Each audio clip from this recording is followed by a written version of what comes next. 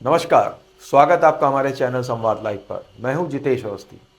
आज हम बात करेंगे कांग्रेस नेता राहुल गांधी की उस प्रेस कॉन्फ्रेंस के बारे में जो उन्होंने मुंबई में की। इस प्रेस वार्ता के दौरान राहुल गांधी ने एक ऐसा तरीका अपनाया जो बेहद रोचक था।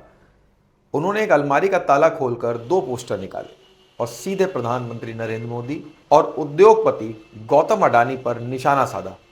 साथ ही उन्होंने बीजेपी के चुनावी नारे एक हैं तो सेफ हैं को लेकर बड़ा सवाल किया। तो आइए विस्तार से समझते हैं राहुल गांधी ने क्या कहा, उनके आरोप क्या थे और इसका महाराष्ट्र विधानसभा चुनाव पर क्या असर हो सकता है। राहुल गांधी ने सोमवार को मुंबई में प्रेस कॉन्फ्रेंस की। इस दौरान उन्होंने एक अलमारी का ताला खोला, उसमें से दो पोस्टर निकाले। पहले पोस्टर में गौतम अडानी और प्रधानमंत्री नरेंद्र मोदी की तस्वीर थी।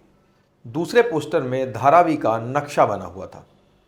राहुल गांधी ने इन पोस्टरों का इस्तेमाल करते हुए धारावी पुनर्विकास परियोजना में अडानी ग्रुप और सरकार के बीच की मिलीभगत का आरोप लगाया। राहुल गांधी का कहना है कि धारावी की जमीन और वहां के गरीब लोगों के हित को सुरक्षित रखने के बजाय यह प्रोजेक्ट एक बड़े उद्योगपति को सौंपा जा रहा है। राहुल ने कहा कि धारावी का भविष्य सेफ नहीं। सवाल यह है कि यहाँ सेफ कौन है। राहुल का आरोप है कि इस प्रोजेक्ट से धारावी के लोगों को नुकसान होगा और गौतम अडानी को फायदा होगा। उन्होंने कहा कि धारावी पुनर्विकास परियोजना के जरिए मुंबई की बेशकीमती जमीन कुछ अरबपतियों को दी जा रही है।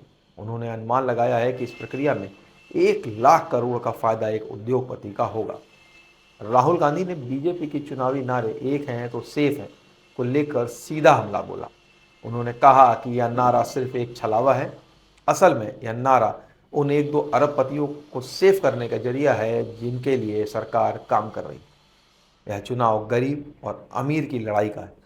अरबपतियों की सोच है कि मुंबई की ज़मीन उनके हाथों में आ जाए। राहुल गांधी ने इस प्रेस कॉन्फ्रेंस में महाराष्ट्र के लोगों को लेकर कई बड़े वादे भी किए। आइए सुनते हैं राहुल गांधी ने क्या कहा। महाराष्ट्र का जो चुनाव है विचारधारा का चुनाव है और 1-2 अरबपति और गरीबों के बीच में चुनाव है। अरबपति चाहते हैं कि मुंबई की जमीन उनके हाथ चले जाए। एस्टिमेट है 1 लाख करोड़ का एस्टिमेट है। एक अरबपति को 1 लाख करोड़ रुपए देने की बात है। ये बैकग्राउंड मैं आपको दे रहा हूं।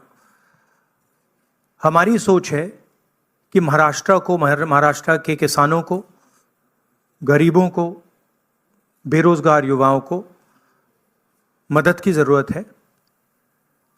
रोजगार, महंगाई मेन इश्यूज हैं और हमने क्लियरली बोला है, हर भाषण में मैं बोलता हूं कि हमारी फोकस महिलाओं की मदद करने का है। 3,000 रुपए हर महिला के बैंक अकाउंट में हम डालेंगे। फ्री बस ट्रैवल होगा महिलाओं के लिए। किसानों के लिए 3 लाख रुपए तक का कर्जा माफ होगा। सोयाबीन के 7,000 रुपए प्रति क्विंटल।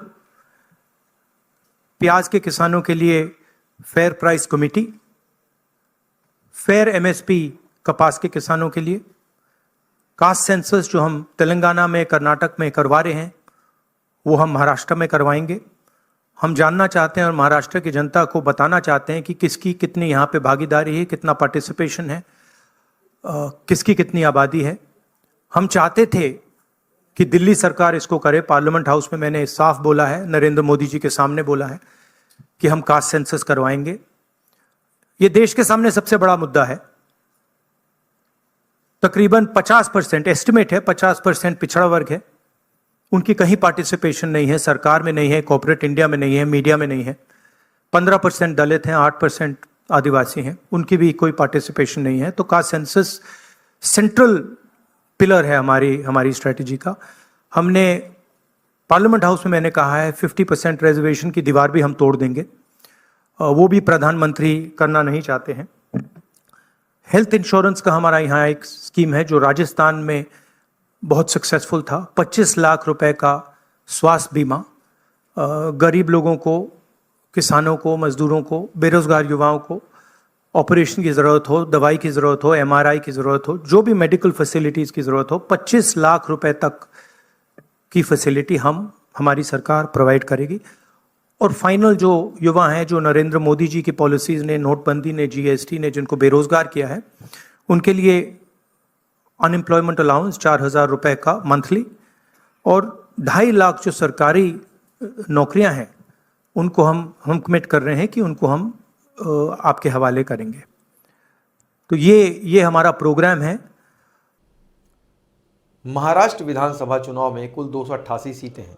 चुनाव 20 नवंबर को होगा और 23 नवंबर को नतीजे आएंगे। धारावी प्रोजेक्ट और राहुल गांधी के इस आरोप ने चुनावी माहौल को और गर्म कर दिया। धारावी, जो एक एशिया की सबसे बड़ी झुग्गी बस्तियों में से एक है, न सिर्फ मुंबई बल्कि पूरे देश के लिए एक महत्वपूर्ण मुद्दा है। राहुल गांधी ने गरीबों के पक्ष में खड़े होकर चुनावी रणनीति को नई दिशा देने की कोशिश की है। राहुल गांधी ने धारावी पुनर्विकास परियोजना में गौतम अडानी और प्रधानमंत्री नरेंद्र मोदी पर सवाल खड़े करके बड़ा राजनीतिक हमला किया है। उन्होंने धारावी के भविष्य को खतरे में बताया और कहा कि यह प्रोजेक्ट केवल अमीरों को फायदा करेगा। अब देखना यह होगा कि राहुल गांधी के आरोप महाराष्ट्र के मतदाताओं पर कितना असर डालते हैं और कांग्रेस इस मुद्दे को किस तरह चुनाव में भुनाती है। इस वीडियो पर आपकी क्या विचार है, हमें कमेंट में ज़रूर बताएं। वीडियो पसंद आया हो तो इसे लाइक करें, शेयर करें और सब्सक्राइब करना ना भूलें। मिलेंगे एक नई वीडियो के साथ।